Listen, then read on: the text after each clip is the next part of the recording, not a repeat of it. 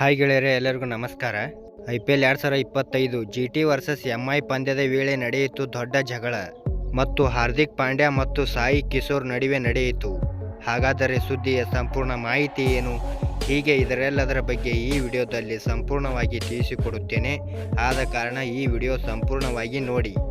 ಆದರೆ ಅದಕ್ಕೂ ಮುನ್ನ ನೀವು ಹಾರ್ದಿಕ್ ಪಾಂಡ್ಯ ಅಭಿಮಾನಿಗಳಾಗಿ ಈ ವಿಡಿಯೋ ನೋಡುತ್ತಿದ್ದರೆ ಈ ವಿಡಿಯೋಕ್ಕೊಂದು ಲೈಕ್ ಮಾಡಿ ಮತ್ತು ಇಂಥ ಹೊಸ ಅಪ್ಡೇಟ್ಗಳಿಗಾಗಿ ನಮ್ಮ ಚಾನಲನ್ನು ಸಬ್ಸ್ಕ್ರೈಬ್ ಮಾಡಿ.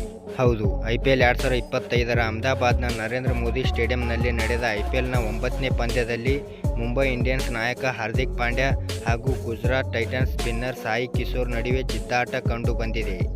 ಈ ಪಂದ್ಯದಲ್ಲಿ ಟಾಸ್ ಗೆದ್ದ ಮುಂಬೈ ಇಂಡಿಯನ್ಸ್ ತಂಡವು ಬೌಲಿಂಗ್ ಆಯ್ದುಕೊಂಡಿತ್ತು.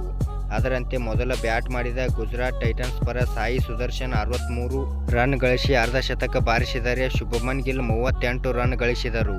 ಇನ್ನು ಜೋಶ್ ಬಟ್ಲರ್ 39 ರನ್ ಕೊಡುಗೆ ನೀಡಿದರು.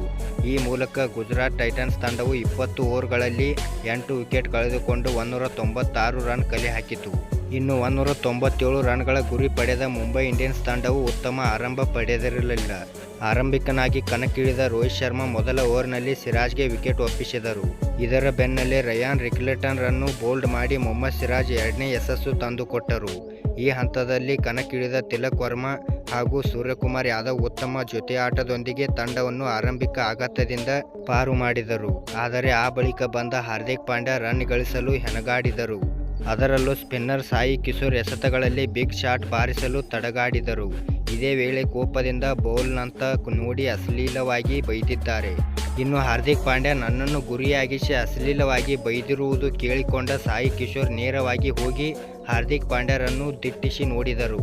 ಅತ್ತ ಕಡೆ ಮೊದಲೇ ಕೋಪದಲ್ಲಿದ್ದ ಹಾರ್ದಿಕ್ ಪಾಂಡ್ಯ ಕೂಡ ಮುಂದೆ ಬಂದು ಕಣ್ಣಲ್ಲಿ ಕಣ್ಣಿಟ್ಟು ಗುರಾಯಿಸಿದರು. ಅಷ್ಟರಾಗಲೇ ಅಂಪೈರ್ ಹಾಗೂ ಸಹ ಆಟಗಾರರು ಮಧ್ಯೆ ಪ್ರವೇಶಿಸಿ ಉಭಯರನ್ನು ದೂರು ಮಾಡಿದರು. ಇದೀಗ ಈ ಜಿದ್ದಾಟ ವಿಡಿಯೋ ವೈರಲ್ ಆಗಿದೆ. ಇನ್ನು ಈ ಪಂದ್ಯದಲ್ಲಿ 197 ರನ್ಗಳ ಬೆನ್ನಟ್ಟಿದ್ದ ಮುಂಬೈ ಇಂಡಿಯನ್ಸ್ ಅಂತಿಮವಾಗಿ 160 ರನ್ ಗಳಿಸಿ 36 ರನ್ಗಳಿಂದ ಸೋಲೊಪ್ಪಿಕೊಂಡಿತು. ಈ ಸೋಲಿನ ಬಳಿಕ ಸಾಯಿ ಕಿಶೋರ್ ಹಾಗೂ ಹಾರ್ದಿಕ್ ಪಾಂಡ್ಯ ಮುಖಾಮುಖಿಯಾಗಿದ್ದರು. ಈ ವೇಳೆ ಇಬ್ಬರು ಆಟಗಾರರು ಪರಸ್ಪರ ನಗುತ್ತಾ ಅಗಲಿಸಿಕೊಳ್ಳುವ ಮೂಲಕ ಎಲ್ಲ ಕಿತ್ತಾಟಗಳಿಗೂ ತೆರೆ ಎಳೆದಿರುವುದು ವಿಶೇಷ. ಧನ್ಯವಾದಗಳು ಇಲ್ಲಿವರೆಗೆ ವಿಡಿಯೋ ನೋಡಿದ್ದಕ್ಕೆ. ಹಾಗಾದರೆ ಈ ವಿಷಯದ ಬಗ್ಗೆ ನಿಮಗೆ ಏನು ಅನಿಸಿತು ಎಂದು ಕಮೆಂಟ್ ಮಾಡಿ ಹೇಳಿ.